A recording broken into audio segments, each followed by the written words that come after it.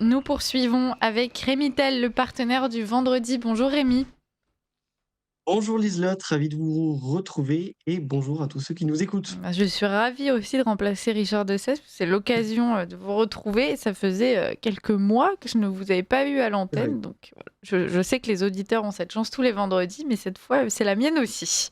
Alors, je voulais vous faire parler Rémy Tel, de Donald Trump donc, et de son discours à l'ONU où il met en garde les Européens concernant cette submersion migratoire qui a lieu en Europe. Oui, effectivement, Liselotte, vous m'avez proposé de revenir sur le discours de Donald Trump à l'ONU le 23 septembre. Beaucoup de choses ont été dites à son sujet, essentiellement sur l'accessoire, le sabotage de l'escalator et du prompteur, ou encore la charge contre le réchauffement climatique, qualifiée de plus grande arnaque jamais menée contre le monde. Pour ce qui nous concerne, deux points plus importants ont retenu mon attention. Premièrement, l'analyse lucide du président américain vis-à-vis du Kremlin, lui qui a toujours raison, rappeler que l'OTAN avait précipité la guerre en Ukraine, se désespérant que la Russie ne veuille pas conclure un accord de paix. Il a rappelé que 5 000 à 7 000 vies étaient inutilement perdues en Ukraine chaque semaine. À bon entendeur. Autre point intéressant, on vient au sujet de l'immigration, l'avertissement de Donald Trump quant à la submersion migratoire à laquelle est confronté le vieux continent.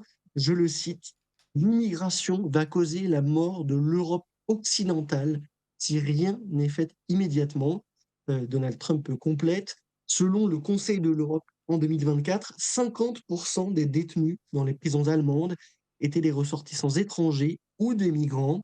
En Autriche, 55% des personnes incarcérées provenaient d'autres pays. En Grèce, ce chiffre était de 54% et de 72% en Suisse, notre belle Suisse, dit le président américain, qui ajoute, lorsque vos prisons sont remplies de soi-disant demandeurs d'asile qui ont remercié votre gentillesse par des crimes, il est temps de mettre fin à l'expérience ratée des frontières ouvertes. Et de fait, Liselotte, les conséquences de cette politique mortifère se font sentir chaque jour un peu plus chez nous. Il y a les crimes, oui, comme le rappelle Donald Trump, mais il y a aussi cette défiguration sans fin du pays de notre enfance, de notre paysage, des paysages, de nos patries charnelles, pour reprendre le terme de Philippe de Villiers, les machas-là hurlés par des petits blancs dans les cours d'école aujourd'hui qui sont devenus monnaie courante et la soumission grandissante d'une société qui a renoncé à elle-même et qui, projectivement et de façon réactive, paraît de plus en plus fascinée par une culture qui, elle, ne renonce à rien. Récemment, l'ancienne star du salafisme, Bruno Guillot, converti au catholicisme, me confiait, dans les milieux islamistes, la France est considérée comme la prostituée de l'Europe, mais on sait qu'à force de leur mener la vie dure, les prostituées meurent précocement. La France, aujourd'hui, ne devrait pas échapper à ce destin. Merci pour cette chronique Rémy Tel et donc on poursuit la discussion avec vous à ce propos. Aujourd'hui, est-ce que c'est pas il y a beaucoup d'Européens et de dirigeants européens qui ont été soulagés d'entendre Donald Trump venir valider leur discours justement sur cette submersion migratoire. Est-ce que d'un autre côté, on pourrait pas considérer que ça a quelque chose d'humiliant de devoir se faire rappeler quels sont nos soucis, quels sont nos enjeux par un dirigeant d'une superpuissance étrangère? À force de se comporter comme des enfants, dans ce que ça implique d'irresponsabilité, de naïveté, de légèreté, les dirigeants européens sont tancés comme des enfants. Donc effectivement, il y a rien de très glorieux, pour, l'image qu'on peut se faire, du vieux continent dans le monde, mais le problème, ce n'est pas Donald Trump et ses leçons de morale. Le problème, c'est l'incapacité des dirigeants européens à assumer leurs responsabilités et à agir comme des adultes face à ce défi existentiel qu'est l'immigration, massive. Et il y a urgence. Vous savez, un jour, Éric Zemmour, me confiait, en politique à la fin seul le nombre compte. Et on sent bien qu'on a passé depuis quelques années, on l'a vu avec les émeutes consécutives à la mort de Naël, on le voit aujourd'hui, je vous dis, dans les cours d'école, quand on a des enfants, c'est assez frappant, hein, y compris dans le privé catholique, cette profusion de termes islamisants, machallah, starfoula, etc., qui sont devenus des expressions communes. On est dans on a franchi un seuil critique. On a franchi un seuil critique. Et Bruno Guillot, dont je parlais à l'instant, explique aussi que l'islam, au fond, fonctionne selon deux attitudes qui peuvent paraître antagonistes. Lorsqu'elle est en situation d'être dominée, alors elle s'accommode des règles des sociétés dans lesquelles elle évolue. Et quand d'un seul coup, le nombre devient suffisant pour prendre le dessus, alors là, c'est l'agressivité qui l'emporte. Et on est aujourd'hui dans cette situation, et je crois véritablement qu'on a franchi un seuil. Regardez des villes comme Bordeaux, par exemple, le sud-ouest de la France, était quand même plutôt épargné par l'immigration massive.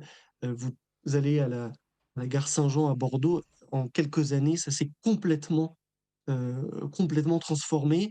Il est plus possible d'être une jeune femme le soir et de sortir de son train et de rentrer à l'hôtel ou chez elle depuis la gare Saint-Jean à Bordeaux. Mmh. Donc oui, il y a urgence et peut-être que dans ce contexte d'urgence, pour répondre vraiment à votre question, eh bien la petite humiliation de Donald Trump peut servir d'aiguillon afin que les responsables politiques européens soient enfin à la hauteur de l'histoire qu'elle a là.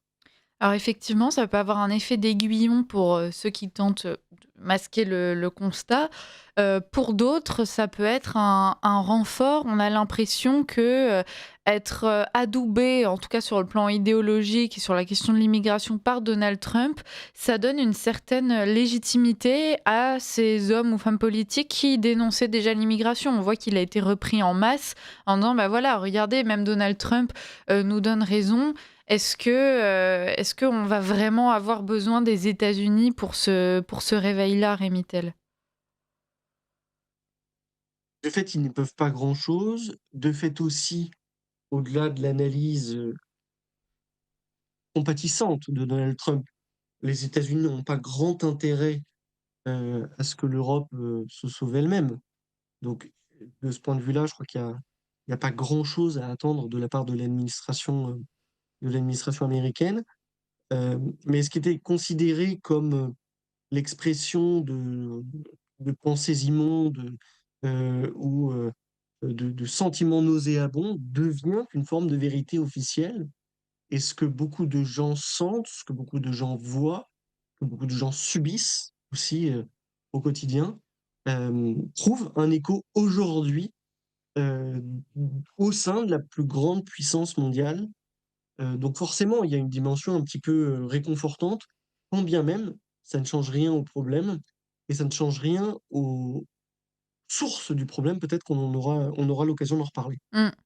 Alors, bah, justement, on peut parler de ces sources du problème et puis j'aimerais ensuite, quand même aussi parler, de wokisme puisque, c'est le deuxième grand mal qui touche, l'Europe et donc, là-dessus, en revanche, Donald Trump, manque de s'exprimer puisque en réalité, c'est une idéologie qui nous vient justement tout droit, des États-Unis, dont on souffre aussi et qui d'ailleurs a tendance à être, de temps en temps, plus ou moins liée avec l'immigration puisqu'il y a une grande cause commune de la part, de toutes les minorités, donc à la fois, minorités, migratoires et minorités, sexuelles et autres.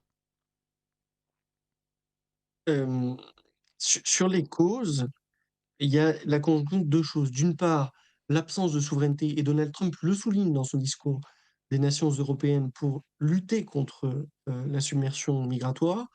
Je vous rappelle que depuis 1999 et le traité d'Amsterdam, les États membres de l'Union européenne ont perdu la compétence, ont été dessaisis par l'Union européenne en matière de contrôle des flux migratoires, que du fait de deux directives qui sont la directive retour, notamment la directive retour et du regroupement familial, ou plutôt de la directive qui interdit l'interdiction du regroupement familial. De mémoire, ça doit être 2003 et 2008.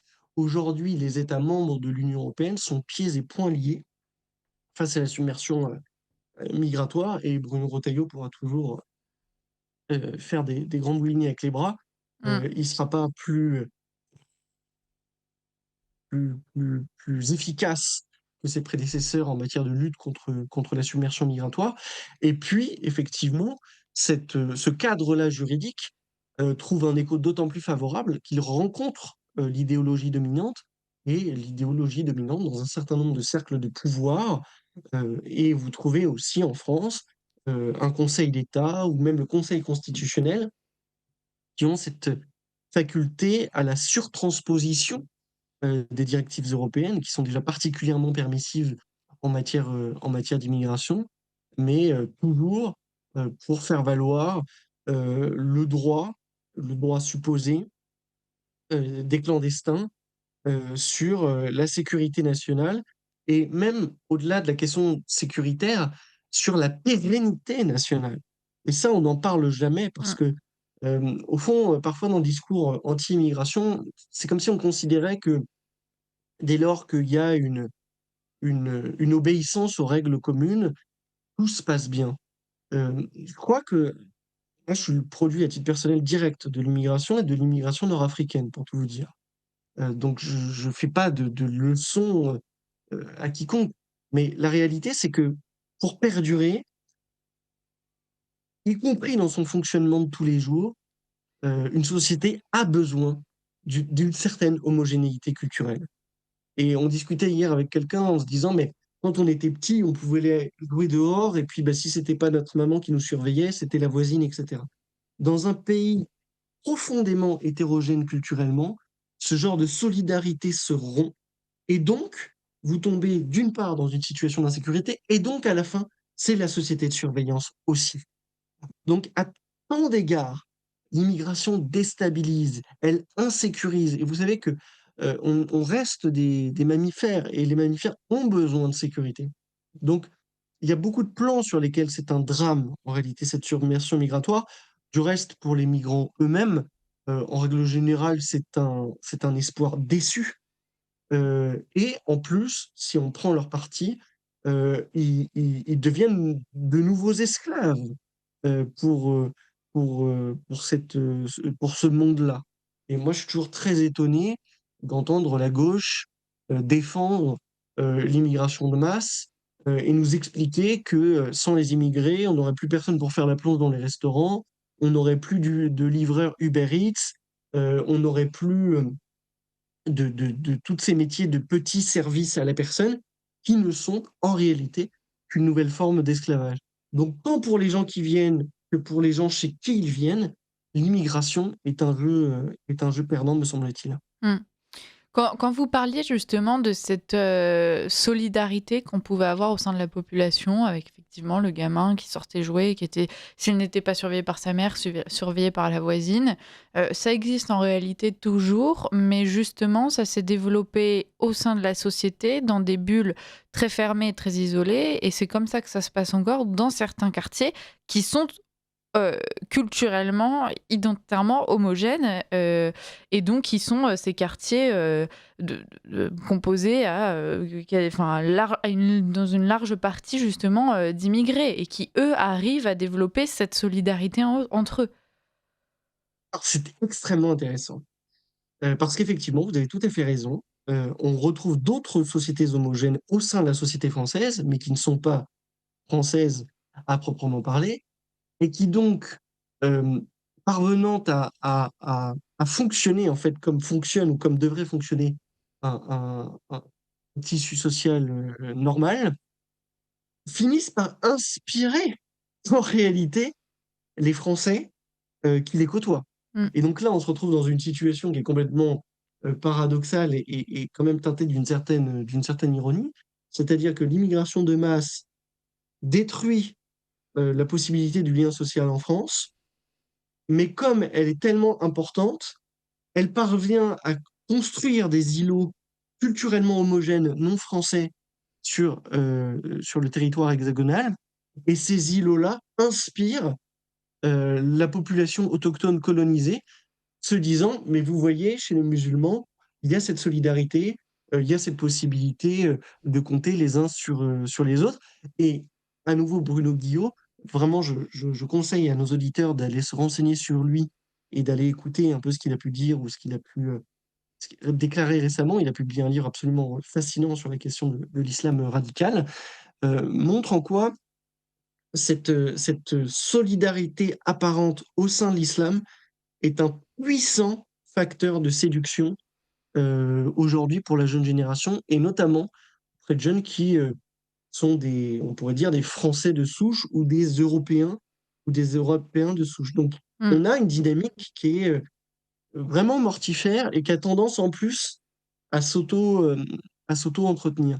Et j'en terminerai par là. Euh, Pendant longtemps, à titre personnel, c'était des problématiques qui ne me concernaient pas plus que ça. Et en fait, j'ai pris conscience de l'ampleur du problème en redécouvrant de vieux films français. Mm. Et quand vous regardez des films avec Noiret, euh, avec Jean Gabin, avec tous ces grands acteurs français, euh, vous trouvez une société qu'on ne parvient même plus à imaginer. Et il y a aussi cette difficulté-là, c'est que le temps joue contre nous parce que le souvenir de la société française fonctionnelle, parce que culturellement homogène, s'efface au fur et à mesure.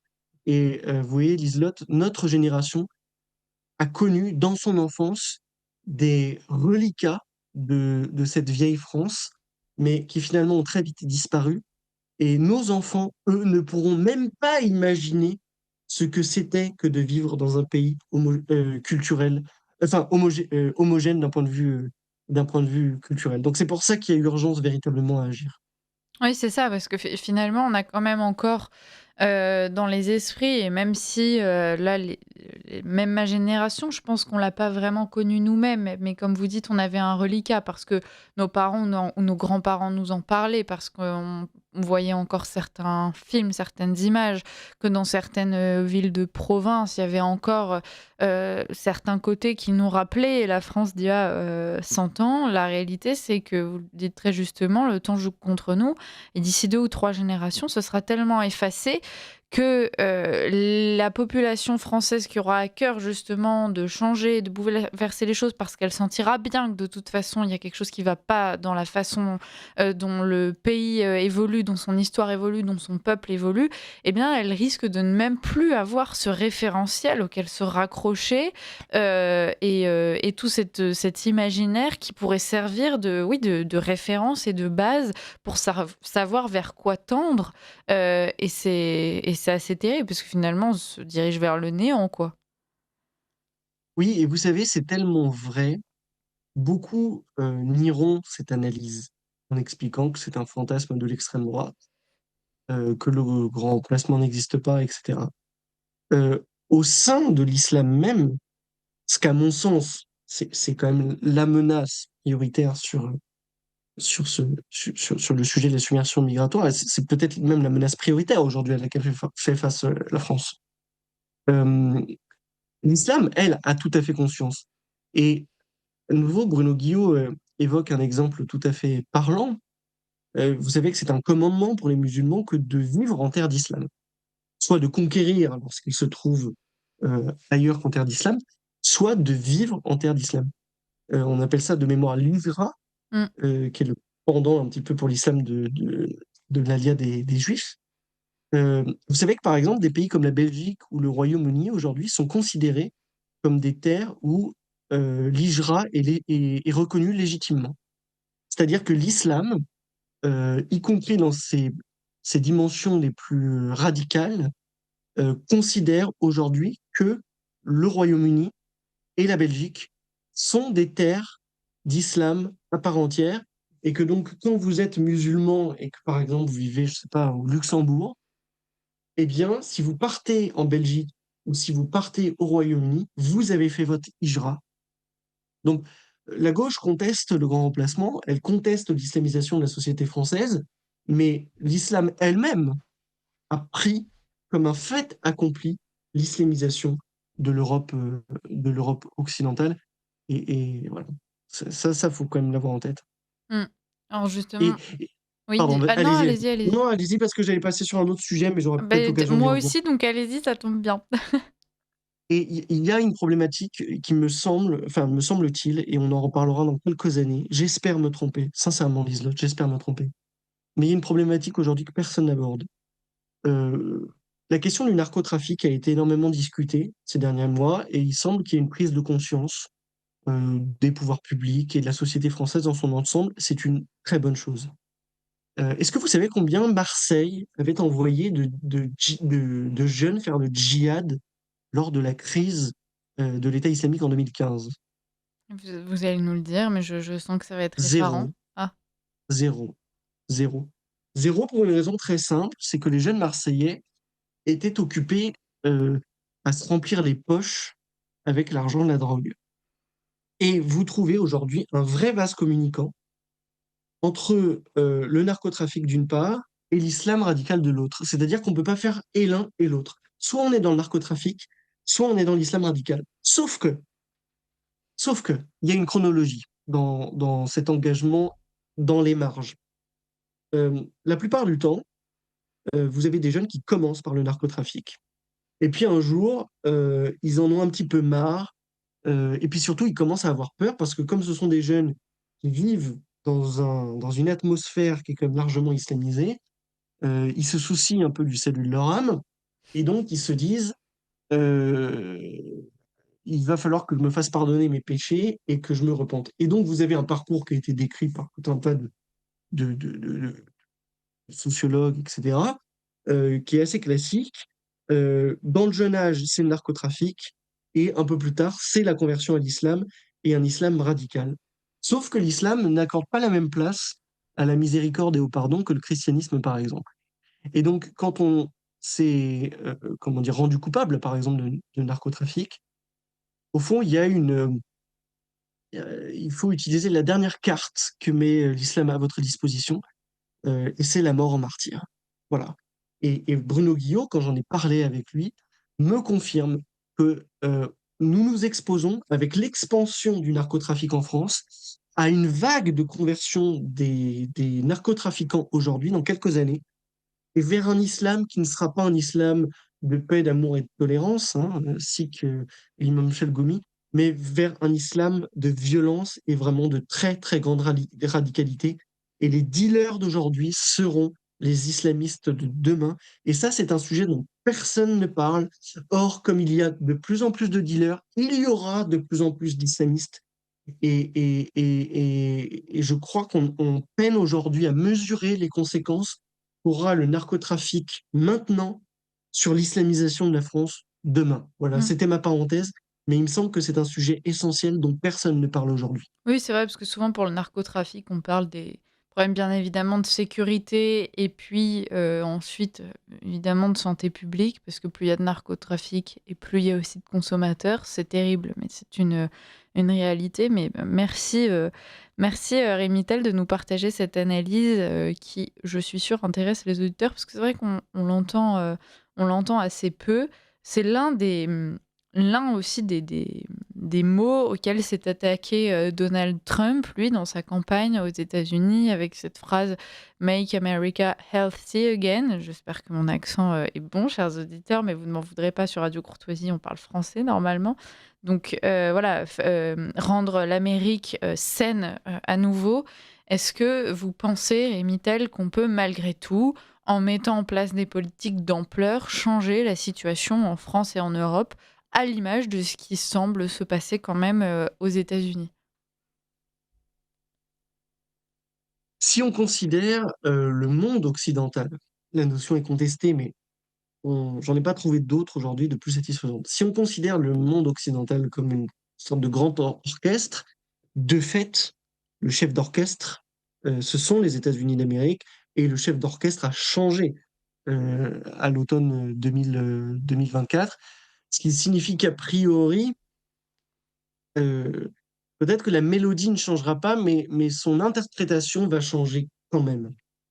Et donc, de fait, il y aura une, un changement de direction, il devrait y avoir un changement de direction de la part des dirigeants européens Et puis Donald Trump, c'est même pas qu'il accroît ou qu'il ouvre la fenêtre d'Overton, c'est qu'il l'a explosé complètement, Mm. si vous voulez. C'est-à-dire que faut quand même se souvenir des tabous auxquels on était exposé il y a encore quelques années. Je voyais hier que YouTube allait rétablir les comptes d'un certain nombre, ou les chaînes d'un certain nombre de personnalités qui avaient été suspendues pour avoir tenu des propos controversés sur le Covid-19 ou sur l'élection américaine de 2020. YouTube a présenté ses excuses.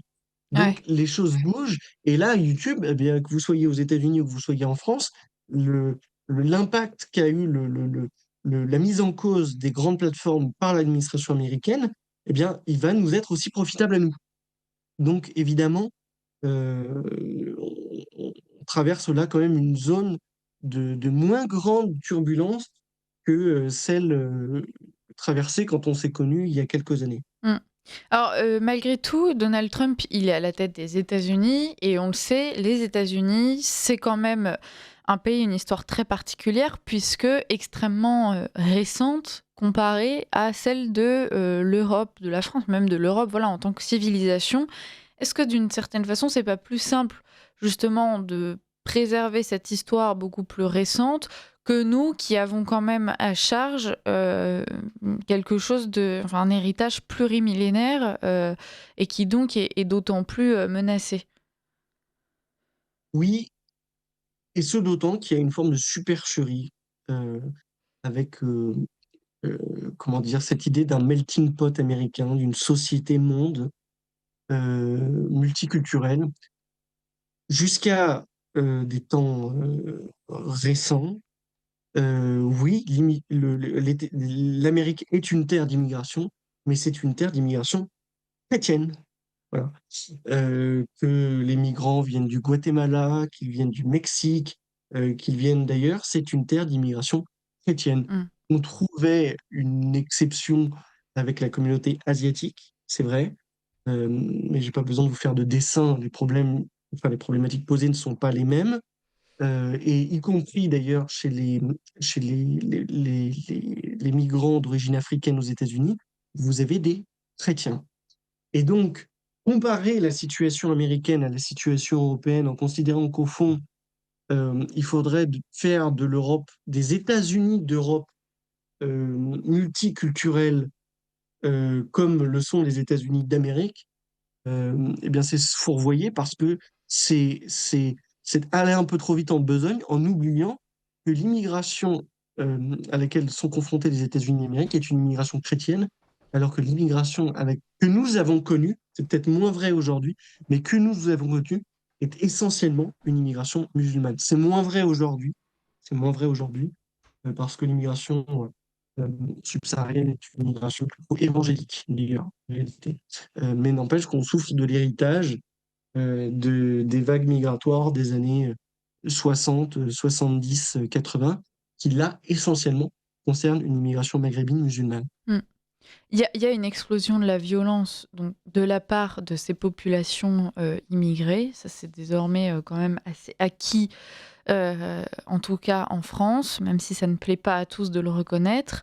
On est en train de voir aussi une explosion de violence de la part de la gauche, et notamment de cette gauche woke. C'est ce qu'on a vu récemment aux États-Unis, évidemment, avec l'assassinat de Charlie Kirk, mais en France aussi, pour le moment dans une moindre mesure.